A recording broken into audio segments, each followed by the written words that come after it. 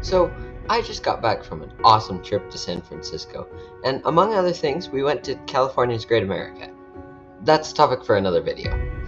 On that trip, I rode a coaster that I've heard very little about in my several years watching coaster enthusiasts on YouTube.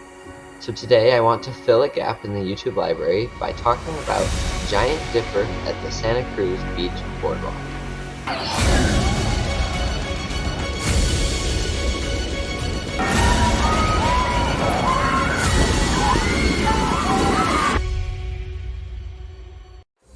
The only reason I even knew this ride existed is because Airtime Thrills may have talked about it in a video or two.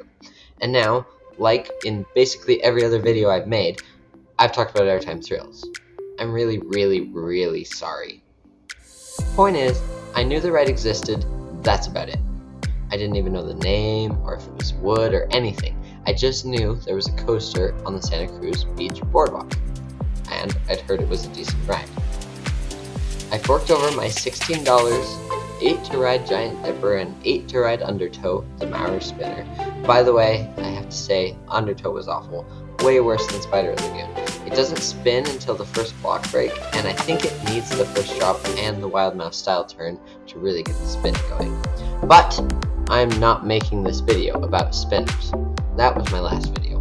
I'm making this one to talk about Giant Dipper. And I have to admit, my expectations going in were pretty minimal. I figured it would be comparable to Grizzly at Great America. Nothing special, just a decent wooden coaster. Boy, was I wrong. In the queue, there are many signs talking about the history of this ride. One says that it's the 5th oldest coaster in America. It's not. When I checked, I believe it was the 8th. Another sign said the ride was built in 47 days. I don't know if that's true, but it is listed on RCDB, so I'm a little more inclined to believe it. A little. The ride starts out with a little surprise that I'm not going to talk about because it's not important to the video, and I want you to be just as surprised as I was. Then it climbs the 70-foot lift hill, which is not bad for a ride almost 100 years old. Then it drops and reaches 55 miles an hour before flying through the double out and back layout filled with awesome laterals and solid airtime. It keeps its speed for the entire ride, too.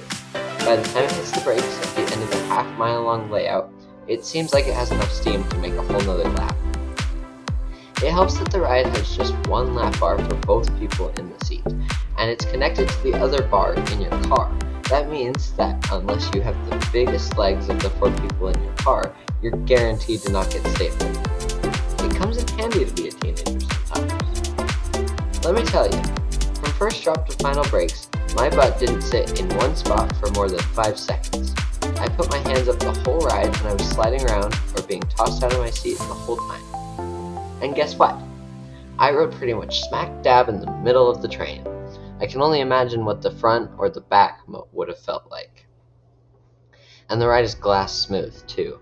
The only time I felt a little roughness was at the bottom of the first drop. Also, and this is a little nitty gritty, but the brakes hit so smoothly and we just came to a perfect stop. I was braced and ready for something hard, but I've never ridden a wooden coaster or any coaster with friction brakes that stopped the train so nicely. Guys, this ride is just insane. Unlike Undertow, it was worth every penny of the $8 I spent to ride. If you have more time than I did, it would be well worth paying upwards of $80 for the all-day rides wristband just to get a bunch of rides on Giant Dipper. I mean, that's 10 rides, right? This non-GCI literally outranks Roller Coaster at Lagoon, in my book at least. I never thought this day would come. Honestly, I think I like Roller Coaster more than it deserves, but Giant Dipper pushed it out of my top 10. That's right, Giant Dipper is in my top 10. Granted, I only have 46 credits, but who's counting? Anyway, I hope y'all get the chance to ride this awesome classic wooden coaster. Maybe I'm overhyping it, but I really like it. Thanks for watching. Now go have a coaster adventure.